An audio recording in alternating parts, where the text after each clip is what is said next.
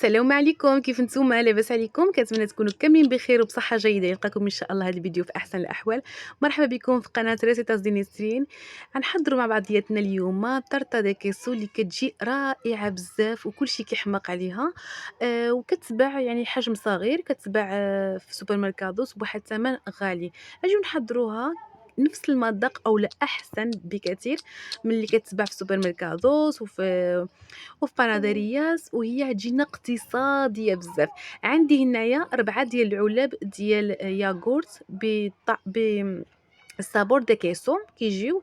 البنات اللي في المغرب عملوا بيرلي ناتورال، يعني بيرلي طبيعي.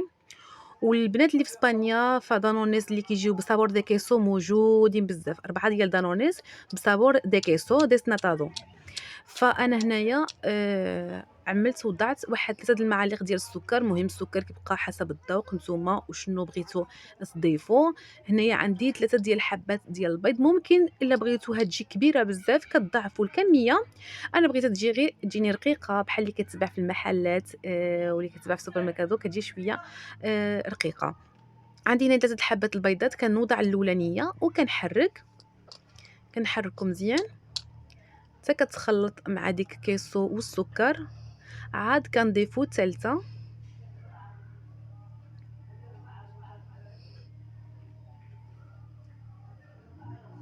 فكتجيب واحد يعني هاد الطرطه هذه كتجي رائعه بزاف. وبحال اللي قلت لكم انا عملت لكم اليوم اقتصاديه. هنايا عندي واحد ملعقه ديال فاني، واحد ليمونه معصره. ممكن الا بغيتو تعملوا قشور د الليمون عملوها بحق نفس الليمونه معصره حتى هي كتجي رائعه. هنايا عندي كريمه ديال كريمه د الحلويات. ممكن تعملوا نطا ديك اللي كتكون منتظه، فهذه كتجي احسن.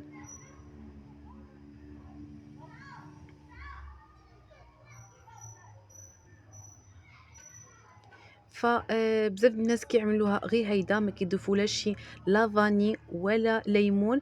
كتجي المذاق ديالها ماشي لذيذ بزاف، يعني بحال اللي كتاكلوا شي حاجه فيها كيسو صافي. بيرو مي كتضيفوا لها الفاني وعصير الليمون فكتجي البنات رائعه. ما نقدرش نقول لكم على صابور فيها. هنايا عندي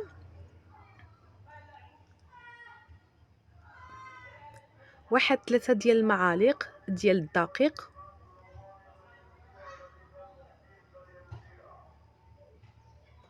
كنغربلوه. ممكن الا ما بغيتوش تعملوا الطحين تعملوا مايسينا حتى هي كتجي لذيذه بزاف.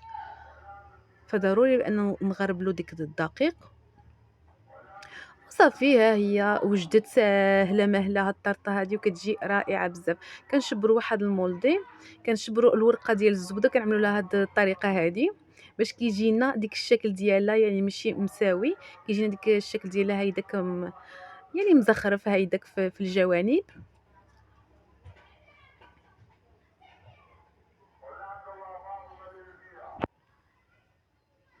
فكنوضع مزيان هاد الورق هذا باش ما يتسربناش ديك الخليط ديالنا. وكنجيبوا الخليط ديالنا وكنكبوه في هاد المولدي هذا.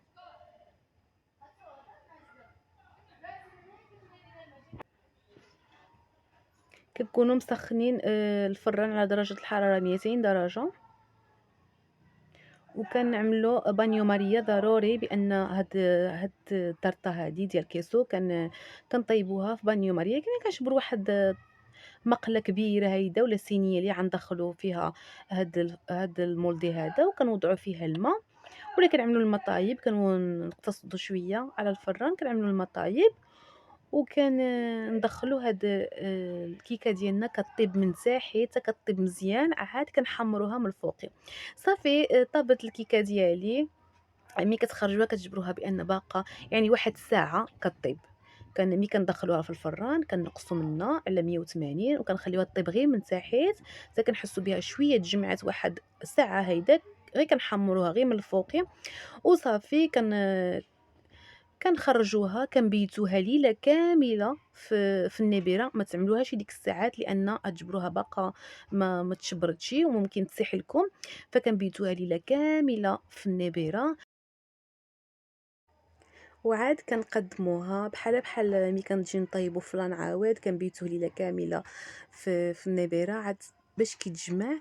فأني بيتها ليلة كاملة تبردات مزيان، ولا إلا كنتو مزروبين كتعملوها غير واحد 3 ولا 4 سوايع، بحق ضروري بأنكم آآ ت تخليوها واحد المدة طويلة كتبرد في النابرة باش كتجمع راسها.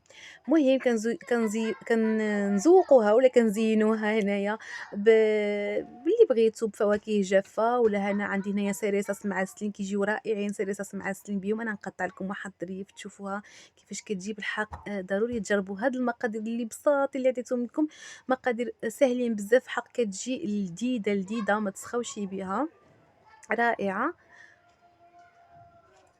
فأنا عملت رقيقة هايدا كتجي يكون عندكم شي مولدي اللي كيكون رقيق ما كتقهمش، يعني تقدروا تاكلوا منها ما كتقهمش.